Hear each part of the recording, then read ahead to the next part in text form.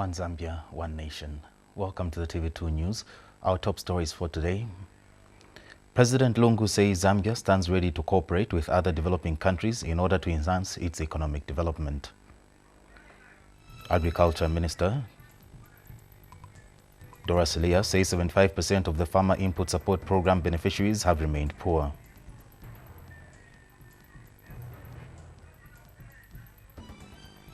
In sports news, the Zambia national football team has arrived in Zimbabwe ahead of Saturday's international friendly.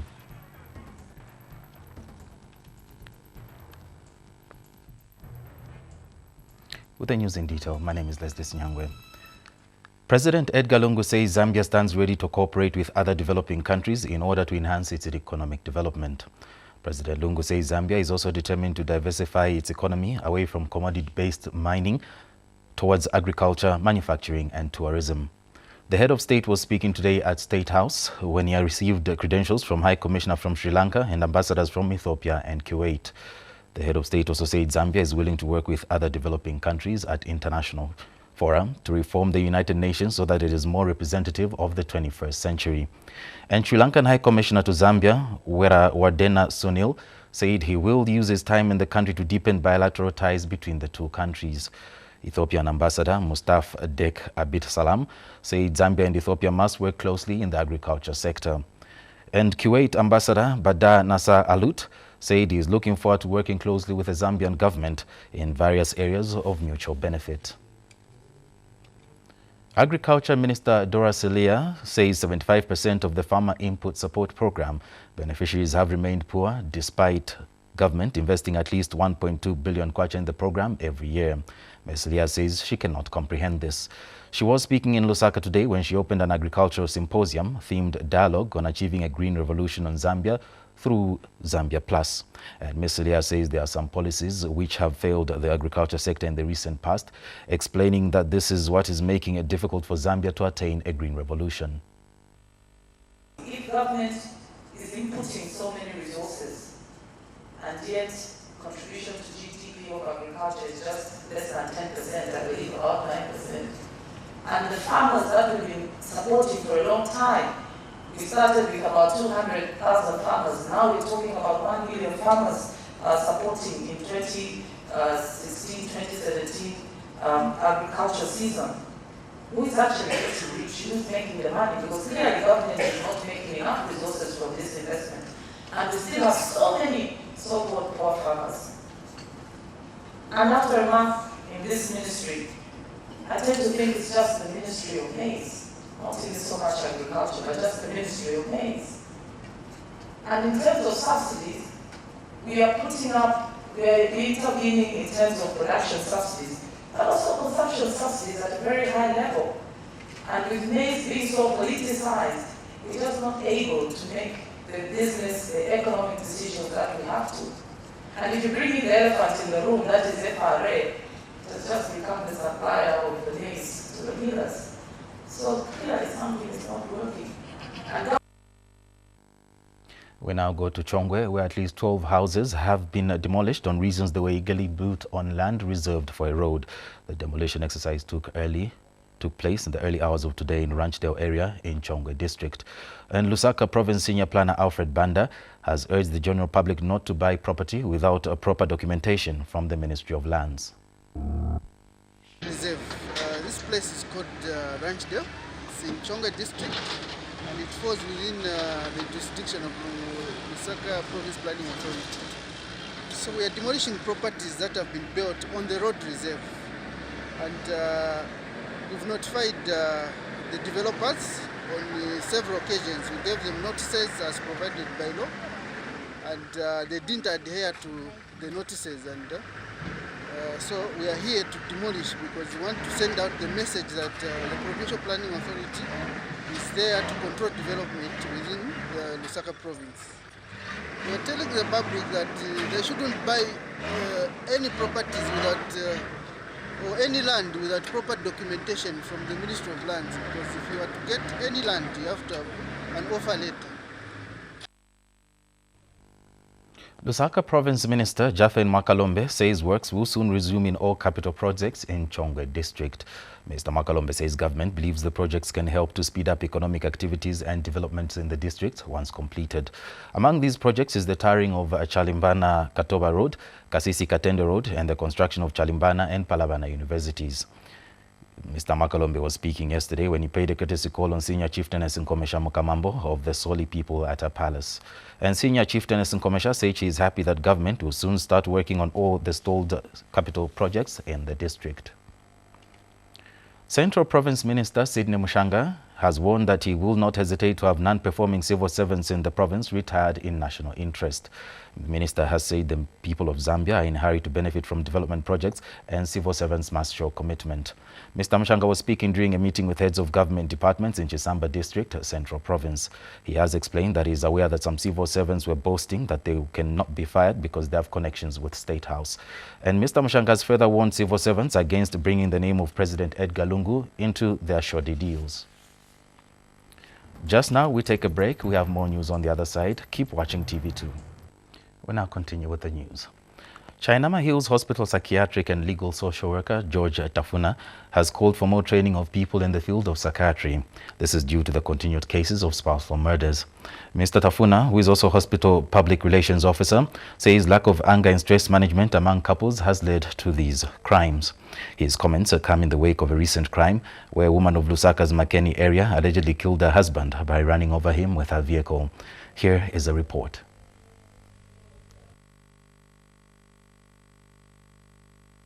Bliss, now a distant memory in the wake of serious trouble. Jacqueline Mwendwa is now a key suspect in the murder of her husband. The incident happened on this road. After what is said to have been a heated marital dispute, she is accused of running him over under the full view of her children. His funeral was held here. Family members have requested to mourn in private, and any interview from the family spokesperson was not granted. TV2 News has covered several stories that could fall under the umbrella of crimes of passion. To put it simply, these are crimes that are committed in the heat of the moment, often linked to people with emotional attachment towards each other. I spoke to Chainama Hills psychiatric and legal social worker George Tafuna about the problems behind these crimes. What makes someone angry? It's because of issues, the burnouts inside someone. You find that things will start just burning in you until you do a certain bad reaction. And then the issue of secretiveness, which we inherited from our ancestors. You find that something happens, you just keep it. They tell you, no, is Shipikisha club in marriage. He also says premarital counseling is important to help couples cope with possible problems they could face in the union. Marriage counseling is very important. In fact, it is, we feel that maybe just when some people are in marriage, that's when they should have that counseling. They should be pre-counseling before marriage.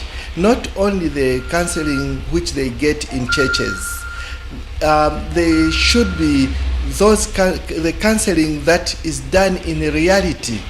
Because some people just think if they read the Bible, they read the Quran or the Torah, no, the marriage is like this, and then they feel that is all. But he's calling on government to put more emphasis on the training of mental health personnel in the country. We are making an appeal where the government can open a room where schools can be able to train others in psychotherapy. We need a lot of psychotherapists. If we go around Lusaka, maybe you may find just 1 or 2 psychotherapists. But that is to a population of, I would say, 20,000 if our growth rate is at 3.9% from the last time we had census. Currently, very few individuals know the options for counseling available to them in the country. PENLOPE, SIKAZWE, TV2 News, Lusaka. In other news, Over 500 school children at Linda Community School in Lusaka's Kanyama constituency have continued to learn in an unconducive environment. And school manager MUSONDA LOMBE has appealed to the corporate world to help improve the school. But Kanyama Member of Parliament Elizabeth Piri says government is determined to upgrade the community schools. Details in the following report.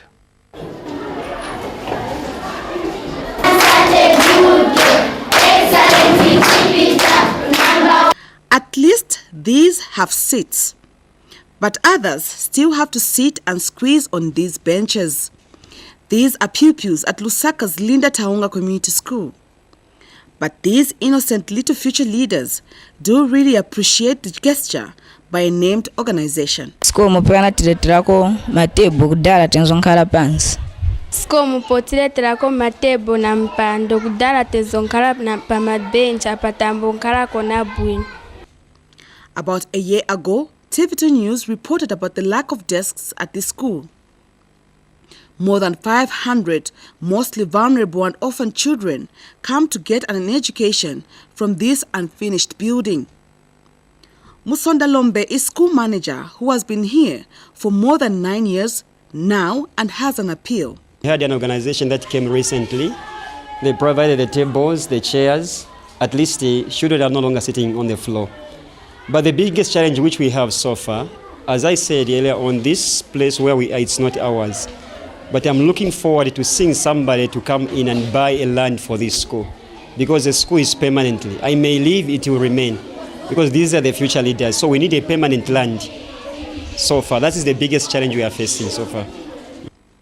Kanyama Member of Parliament Elizabeth Piri says government is determined to improve the welfare of children at these community schools. In education, we want to improve even some of the better community schools, to upgrade them to be swallowed by the government so that they become proper schools. They should be given trained teachers, because most of the community schools, the one who teaches is just somebody who has got a heart for the people. The school has performed well with 33 grade 7 pupils attending secondary education last year. All these pupils need is a more conducive environment to learn from. MWILA NSOFU, TV2 News in Lusaka. Now, ZESCO has exempted from load shedding all schools in order to facilitate the Grade 9 Information and Communication Technology examinations.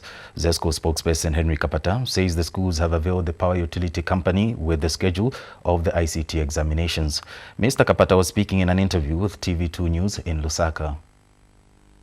Several schools in the Republic of Zambia wrote to ZESCO Limited suggesting that they would like the load shedding schedule to be adjusted because of the computer exams for the grade 9s that is happening today. And so what we have done as ZESCO Limited is to exempt them from this particular load shedding for today, meaning that they had to submit their schedule, their exam schedule with regards to the computer exams. And so last year we had a difficult time where several schools had complained that we had interfered in the exam pattern, such that particular schools had to write those exams, practical exams, computers, as late as 23 hours. And so we don't want people to blame us, because there's still room to come to ZESCO Limited, or indeed get in touch with ZESCO Limited, so that we see how best we can accommodate them by exempting them from load shedding. And Mr. Kapata, in an interview with Zanis, says ZESCO has no plans yet to increase electricity tariffs. Mr. Kapata has further disclosed that the power utility company has not even applied to the Energy Regulation Board for tariffs increase. He has explained that before the company applies for such, there are considerations and consultations which have to be done. We take another break. Still ahead is sports news. Don't go away. In foreign news, Foreign Affairs Minister Harry Kalaba has challenged Zambian diplomats to take advantage of the country's favorable economic climate to attract more foreign direct investment into the country. Mr. Kalaba says he will not take kindly to diplomats who are not keen on marketing the country's potential to the outside world. He said this when he addressed staff at the Zambian embassy in Abuja, Nigeria, during his visit to that country. Joyce Yatubi has more in this report. Right in the heart of Abuja, the Zambian embassy was officially opened on 4th December 2003 by late President Levi Mwanawasa. It covers a wider part of West Africa and houses about 8 Zambian diplomats tasked with the responsibility of marketing the country to the outside world. During his visit to Nigeria, where he had gone to deliver a special message from President Edgar Lungu to his Nigerian counterpart Muhammadu Buhari, Foreign Affairs Minister Harry Kalaba took time to familiarize himself with operations at the Zambian mission. The minister was informed by Zambia's High Commissioner to Nigeria, Solomon Jere, and Deputy High Commissioner Maynard Misapa that the mission has come up with a plan to construct staff houses right in the embassy premises. This is in an effort to cut on the high rentals in Nigeria's administrative capital. So here, your intention is that you put up some flats to accommodate members of staff in order to finish the problem yes. The government is starting to accommodation. Yes. Of course, that's the idea. And plus these two and these we shall be home and dry. So let's just run, as we work on the diagram and the drawing. Yes, this submit looks like. The minister was also shown where some stranded Zambian women abandoned by their husbands seek refuge as they fight to be repatriated back home. The embassy has about 2 flats right at the top of the building, but they remain unoccupied as they are in a dilapidated state. And in his address to members of staff at the embassy, the Foreign Affairs Minister called on them to go flat out and market Zambia to improve the country's foreign direct investment.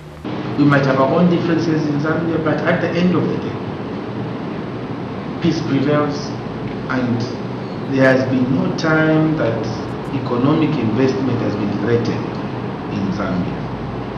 And President Lungu is on record to say he will do everything within his powers to ensure that the economic independence, the economic freedom, the investment climate is never tampered with, even as we do our own politics in that country.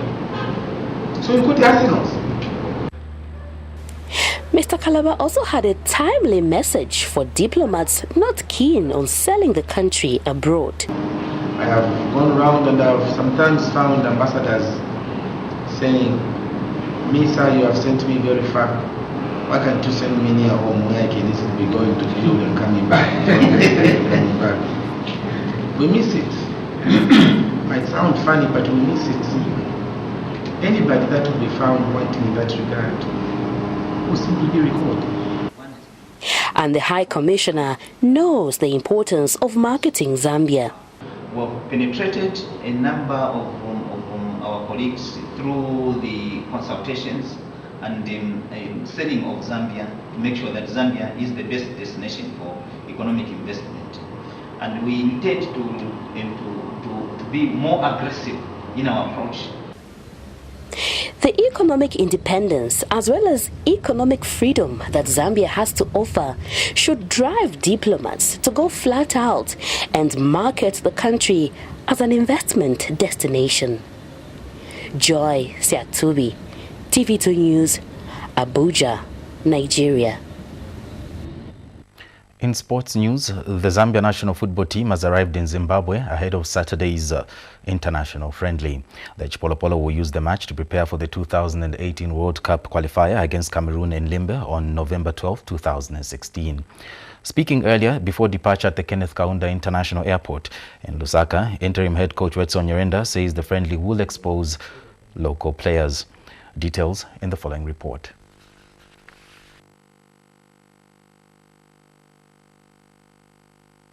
Cameroon. These are the locally based Chipolopolo Stars tasked to tame the indomitable Lions of Cameroon. On Saturday, they take on the Warriors of Zimbabwe before engaging the Cranes of Uganda on Tuesday, November 8th in international friendlies. Coach Wetson Nyirenda wants the best from the legion of the local players. This is a very good outing for the young boys who are looking very good and eager to do the work. It's not going to be an easy game, but it is a possible game to win. I think with the preparations that we have done so far, the boys are looking eager, they are looking very good, and I think we can get there.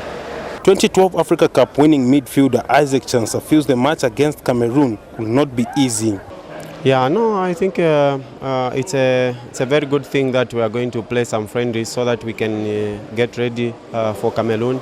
We can just go and play that big game without testing ourselves. So these matches we are going to have Zimbabwe and Uganda. That's where we are going to test ourselves and know where we are. And Zesco United goalkeeper Jacob Banda knows what is at stake and what is expected of the team. Yeah, these are the two teams. I think the coach will assess the players which he is going to use in the final game against Cameroon. I think the FAS has done a good job for these two friendlies. The preparation was going well, and I think the team is ready for the Cameroon game.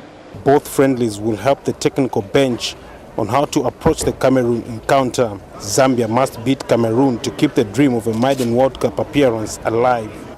Chikom Koka for TV2 Sports News at the Kenneth Kaunda International Airport in Lusaka. As we end the news, we take a look at the top stories once again. President Edgar Lungu says Zambia stands ready to cooperate with other developing countries in order to enhance its economic development. President Lungu says Zambia is also determined to diversify its economy away from mining towards agriculture, manufacturing and tourism. Agriculture Minister Dora SILIYA says 75% of the Farmer Input Support Program beneficiaries have remained poor. Ms. SILIYA has explained that she cannot comprehend this development as government invests at least 1.2 billion kwacha in the program every year.